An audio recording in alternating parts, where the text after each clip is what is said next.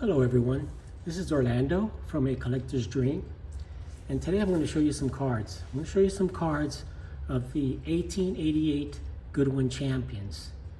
This is the N162, and the 1888 Goodwin champions consist of 50 cards, each measuring 1.5 by 2 5/8. As you can see, they're similar to the T206 size. They were inserted in packages of Old Judge and Gypsy Queen cigarettes. The player's last name, position, and team affiliation appear at the bottom. And the bottom of the card, Old Judge and Gypsy Queen cigarette printed within a box at the extreme bottom border. In total, there's 18 sports represented in this set. It's a multi-sport set. The set is anchored by, dominated by the 8 baseball players. And here they are, the 8 players that are included in the set. They're Cap Anson, Brouthers, Tim Keefe, King Kelly, and those are the Hall of Famers, and then Carruthers, Dunlap, Glasscock, and Andrews. So let's take a look at these cards. First of all, I wanted to show you a raw card, and this is the Brouthers card, raw, not graded, so you can get a good look at what it actually looks like. It's hard to look at it in the holder. So this is a nice condition card. Look at the back of it. See what it looks like in the back. Of course, this card is from 1888.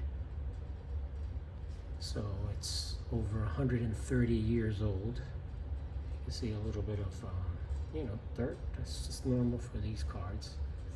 And this is what it actually looks like outside the holder. So first of all, let's talk a little bit about the players that are in this set. I'll begin with the Bob Carruthers. And Carruthers was a right fielder and a pitcher. He was not a very, very good player, but he was a good pitcher.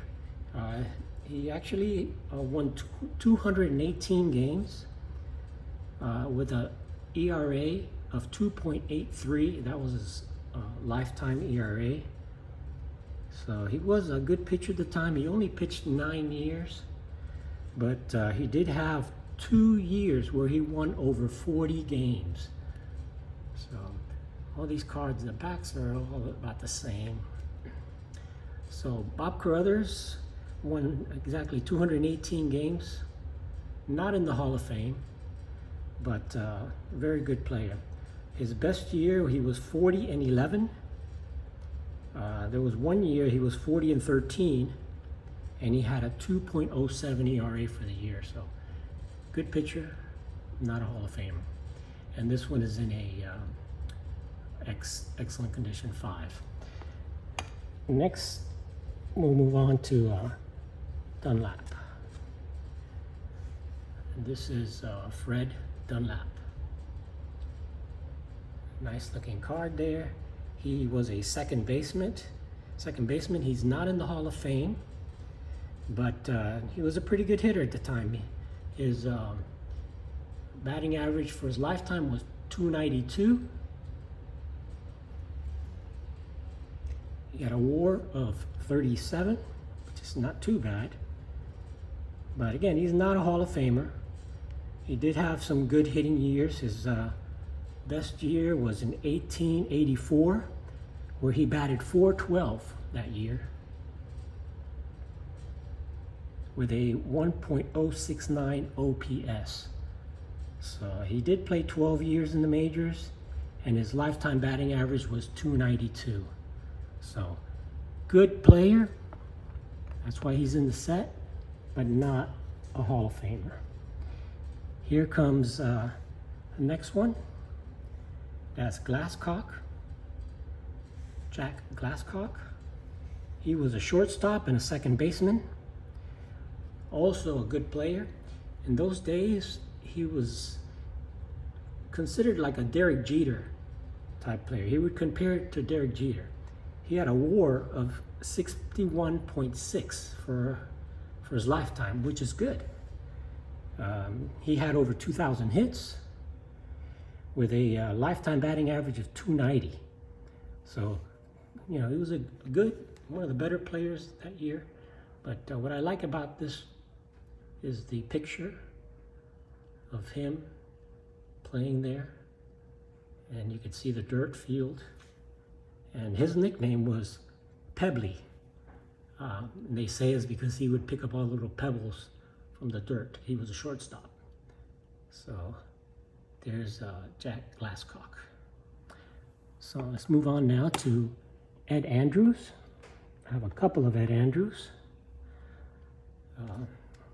Tell you a little bit about him. Again, he was not a Hall of Famer, not a very good, you know, not one of the top players, but, you know, he was still ended up with a 257 lifetime batting average. He had some good years. He only played 8 years in the majors, but during those years, he did have a few good years, especially stolen bases. He had 56 and 50 stolen bases one year, 57 another year. He did bat over 300 a couple years, but, you know, really only played 8 years. Not a very good player. Probably the weakest of these, and I'll show you both of mine. I got 2 5s. This one's a little nicer than this one. A little brighter. That's the SGC 5.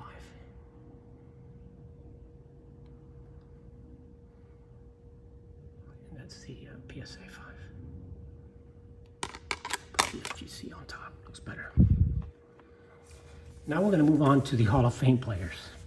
And first of all, I showed you the Dan Brouthers card, and I'll go ahead and show that again. That's Dan Brouthers. I want to show you the PSA 5 Brothers.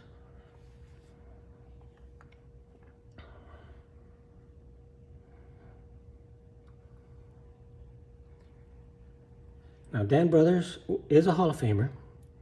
Was one of the top players in those days. He had a batting average, lifetime batting average of 342 with a WAR of 78.7. He had over 2,300 hits, and he was one of the top players at the time. Just to give you a few years of him, he batted 374 in 1883. He batted 373 in 1889. He batted in 1886. He had an OPS of 1.026 with a 370 batting average. So this is one of the top players. He played 19 years, and his lifetime batting average was 342. Again, one of the top players in those days. Ended up with over 2,300 hits, and won some championships. He was a 5-time batting title winner. There's the back of the card here. See the backs, what they look like also. So that's Dan Brouthers. Now comes Tim Keefe, and Tim Keefe is really was probably the top pitcher in those days. I have a couple of Tim Keefes. I have this beauty in an 8. And I have another beautiful card in a 4. They're both really nice cards. I picked up the 8, but I really wanted to keep the 4 because it's just so nice. It's nicely centered. It should be a higher grade than a 4. But this is the 8. And this is a none higher. This is the highest graded card of Tim Keefe, and there actually are no 9 graded cards, not just in the baseball, but in all of the Goodwin champions set. There are no 9s. 8 is the highest graded card. And a little bit about Tim Keefe. He was a fantastic player. He was one of the top pitchers in those days. I'll just show you the back there. And just to give you some stats, Tim Keefe, listen to these. He was 342 wins, lifetime ERA of 2.63, WAR of 86.9, He had over 2,500 strikeouts in his career. And some of the years were just incredible. He was 42-20. He was 35-12, 37 wins. Another year he had 41 wins, another 37 wins season. One year he won 32 games, ended up with a 1.58 ERA and 45 complete games. One year he was 41 games, he won 2.41 ERA. He had 359 strikeouts, led the league. In 1888, the year this card came out, his stats were 35-12, a 7.45 winning average, a 1.74 ERA, 48 complete games, 8 shutouts, 335 strikeouts. So you get the feel for Tim Keefe. People have no idea how good of a pitcher he was, but he was one of the best pitchers all around. Of course, he is in the Hall of Fame. He played 14 years, 342 wins, and a lifetime ERA of 2.63 with over 2,500 strikeouts in his career. Incredible player. Really one of the best pitchers in those days. And that's the back of the Tim Keefe card. So moving on to really one of the best player in the era, and that is Cap Anson. The Cap Anson card is the most valuable card in this set. Cap Anson, of course, is a Hall of Famer. He's a four-time batting champion. He's better known for really changing the game. He was the first player to hit 3,000, to have 3,000 hits. His WAR is 94.3. Lifetime WAR was just incredible. His lifetime batting average was 334. Just to give you some stats, he batted, in 1881, he batted 399 with a 952 OPS. He had 137 hits in 84 games. In 1888, the year that this card came out, he batted 344 with a 900 OPS. He was just an incredible player. He was top RBI in 1886. He led the league with 147 RBIs in 125 games. You can say a lot of things about Cap Anson. Some people didn't like him, but he played 27 years in baseball, and he was the player of that century. Again, first player to have over 3,000 hits, and he was one of the inaugural inductees into the Hall of Fame. There's a lot of stories about him. Him and King Kelly, which I'll talk a little bit next, but they did play together for some time, and King Kelly was a party guy. He would drink and all that, and when one year he came in and he was out of shape, 20 pounds out of shape. So Cap Anson actually was the one that created spring training. And after he did spring training that first year, all the other teams went on to start the spring training. And it was because Cap Anson wanted to get King Kelly back in shape. So let's talk a little bit now about King Kelly. I have a couple of his cards. And he, again, a Hall of Famer. Again, one of the top players. This is his card. In my opinion, my personal opinion, this is the nicest card in the set. I just love the look of this card. I love that sky in the background. This one is a 1.5, and the reason it's a 1.5 is really not the front of it, it's the back, because it's missing paper. It's got paper loss in the back. But I like cards like that because it looks beautiful in the front, sharp corners, nicely centered. It's a really nice card. I do have it in a 4, which is a lot better condition, not nicer color. You can take a good look at that 4, what it looks like. Nicely centered. It's just Beautiful, beautiful card. I love this card. Really one of my favorites. So I'll let you take a look at that card as I talk a little bit about King Kelly. So King Kelly has a lifetime batting average of 307. He had some big years in 1886, a couple years before this card came out. King Kelly batted 388 with a 1.018 OPS. He led the league in hits 3 years in a row. He was batting champion. He played 16 years, and in 16 years he ended up with a 307 batting average. Was also a power hitter at the time. Back in those days, people didn't hit too many home runs, but he did have double-digit home runs. He had 13 one year, which was a lot for those days.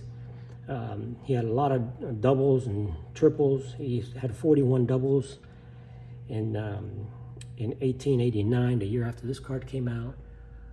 And again, he's also credited with a lot of things. He was really the first player who was famous not just for baseball, but people liked him. He was the first one that actually, they credit him for for autographs, being the first player to, the kids would actually go for his autograph. And he used to do a lot of things on the field that people, didn't do at the time. He stole bases, he was slide, and he invented the hook slide. And they actually wrote a song about him. In those days, it was called Slide Kelly Slide. So just a little story about him was that in 1879, he was traded and he got the most money ever, ever for a player. He actually got $10,000 a year, and no other player ever got $10,000 a year. In these days, it was like being the first $1 million player. Well, that's who he was, So again, he won the batting title. He batted .399 one year.